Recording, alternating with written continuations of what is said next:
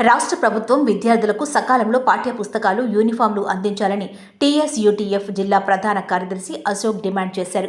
శుక్రవారం బేల మండల కేంద్రంలో విలేకరుల సమావేశం నిర్వహించారు. ఈ సందర్భంగా ఆయన మాట్లాడుతూ లోక్సభ ఎన్నికల సందర్భంగా సమర్థవంతంగా విధులు నిర్వహించిన ఉద్యోగులు, ఉపాధ్యాయులకు రెమ్యునరేషన్ త్వరలో విడుదల చేయాలని కోరారు.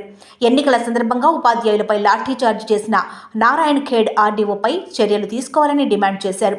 ఈ సమావేశంలో అసోసియేషన్ జిల్లా అధ్యక్షులు స్వామి, జిల్లా కార్యదర్శి శివన్న, శంకర్, జయశంకర్ తదితరులు పాల్గొన్నారు. నియమించాలని చెప్పేసి వారికి గౌరవ వేతనం ఇవ్వాలని చెప్పేసి కూడా మేము కోరుతా ఉన్నాం. అదేవిధంగా మరి ఇప్పుడు ఎలక్షన్ సంబంధించినటువంటి తెలంగాణ రాష్ట్రంలో ఎన్నికలు పూర్తయిన సందర్భంలో ఈ విద్యా సంవత్సరం పైన మరి పూర్తిగా దృష్టి పెట్టాలని చెప్పేసి మేము ప్రభుత్వాన్ని కోరుతా ఉన్నాం. అట్లాగే మొన్న జరిగినటువంటి ఎన్నికల్లో మరి ఉద్యోగులు, ఉపాధ్యాయులు ఎంతో శ్రమ కోర్చి విధులు నిర్వహించి ఎన్నికలను సజావుగా నిర్వహించిన సందర్భంలో మరి ఉపాధ్యాయులకు చెల్లించాల్సినటువంటి మినిమం రెమ్యునరేషన్ ఇవ్వకుండా మరి అక్కడక్కడ కొన్ని సంఘటనలు జరిగాయి.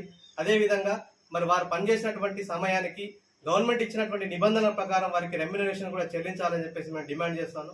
అదే సందర్భంలో మరి నారాయణ్ ఖేడ్ ఆర్డీఓ గారు ఉపాధ్యాయులపైన లాఠీచార్జ్ చేశారు.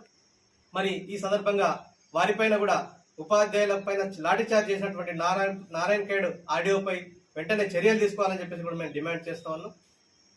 అట్లాగే విద్యా సంవత్సరం ప్రారంభం నాటికే పుస్తకాలు పూర్తి స్థాయిలో విద్యార్థులందరికీ అందే విధంగా ప్రయత్నం చేయాలి.